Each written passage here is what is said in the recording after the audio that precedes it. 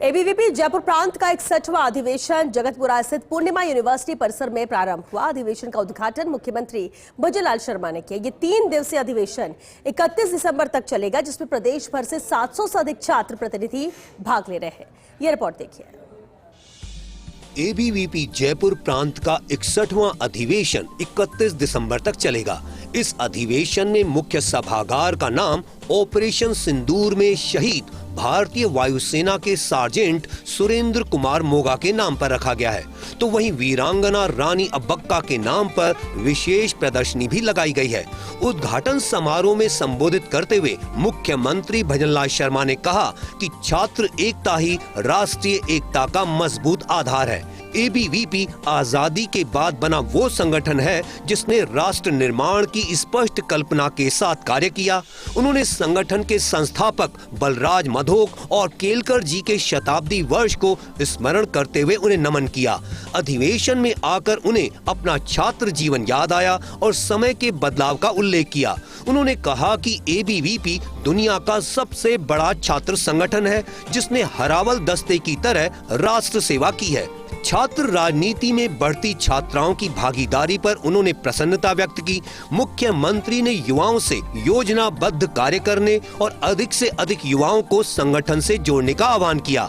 उन्होंने मोदी सरकार के कार्यों, भ्रष्टाचार पर नियंत्रण, पेपर लीक पर सख्ती और रोजगार सृजन का उल्लेख किया। उन्होंने कहा कि युवा नीति और नई शिक्षा नीति देश के उज्जवल भविष्य की नींव है। विद्यार्थी परिषद पिछले 7 दशकों से भी अधिक समय से भारत की एकता, अखंडता, गरिमा और संभालने में अतुलनीय योगदान दे रहा है। जब भी भारतीयता और राष्ट्रभक्ति के बारे में किसी युवा संगठन का नाम लिया जाता है तो उसमें विद्यार्थी परिषद होता है। और मैं आपसे यह भी कहना चाहता हूं मेरे भाइयों कि इसको हम राष्ट्र निर्माण की अभिव्यक्ति इकाई कहते हैं, पहली क्लास कहते हैं। आरएसएस के क्षेत्र प्रचारक निम्बाराम ने अपने संबोधन में कहा कि एबीवीपी स्वामी विवेकानंद को अपना आदर्श मानती है। उन्होंने बताया कि स्वामी विवेकानंद कहा करते थे, यदि उनके विचारों के 100 समर्पित छात्र मिल जाएं, तो वे देश को बदल सकते हैं। इसी विचार से व्यक्ति निर्माण के माध्यम से राष्ट्र निर्माण की यात्रा शुरू हुई। निम्बाराम ने कहा कि संघ और उसके अनुषांगिक संगठनों के करोड़ों कार्यकर्ताओं का लक्ष्य समाज में सकारात्मक परिवर्तन लाना है।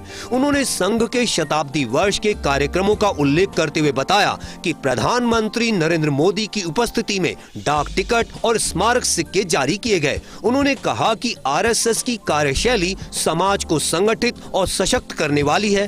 विपरीत परिस्थितियों में भी संघ का कार्य निरंतर चलता रहता है। व्यंग्यात्मक अंदाज में उन्होंने कहा कि आरएसएस का अर्थ रेडी फॉर सेल्फलेस सर्विस है।